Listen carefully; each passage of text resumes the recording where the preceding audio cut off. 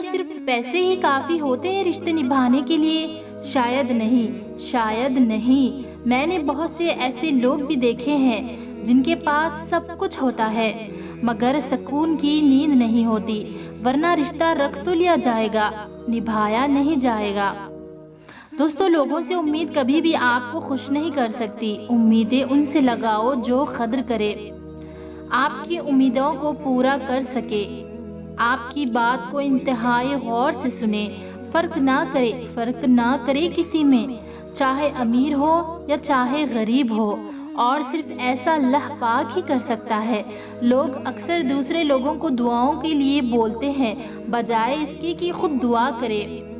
دوستو، میں ہرگز یہ نہیں کہہ رہی کہ کسی کو دعا کا بولنا غلط بات ہے، لیکن خود بھی تو دعا کرے۔ بس یہ کہہ رہی ہوں کہ خود بھی تو دعا مانگے۔ جس شدت سے، جس درد سے تم مانگو گے، کوئی دوسرا کبھی بھی ویسا تمہارے لیے دعا نہیں کرے گا۔ ایک بات زندگی بھر یاد رکھنا، کسی کو دھوکہ نہ دینا۔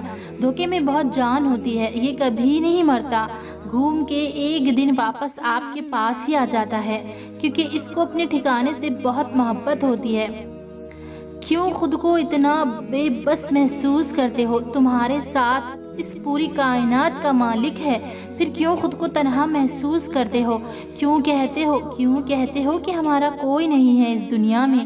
جس کے پاس 70 ماہوں سے زیادہ پیار کرنے والا اللہ موجود ہو، اسے کیا کسی کی ضرورت ہو سکتی ہے بھلا؟ تم خود کو بھول سکتے ہو، پر وہ خدا تمہیں کبھی نہیں بھول سکتا، کیونکہ وہ اپنے بندوں سے بہت پیار کرتا ہے۔ تم اس خدا کی نافرمانی کر کے اس خدا سے بہت دور آ جاتے ہو۔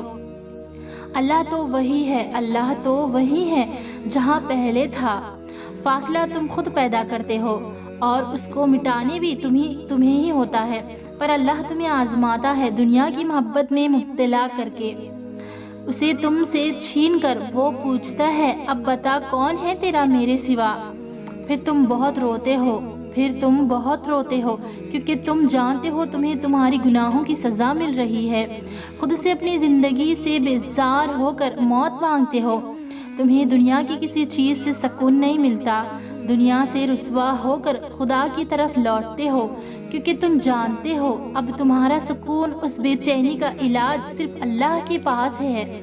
پھر اللہ سے سچے دل سے معافی مانگتے ہو، کیونکہ وہ تم سے 70 ماہوں سے زیادہ پیار کرتا ہے۔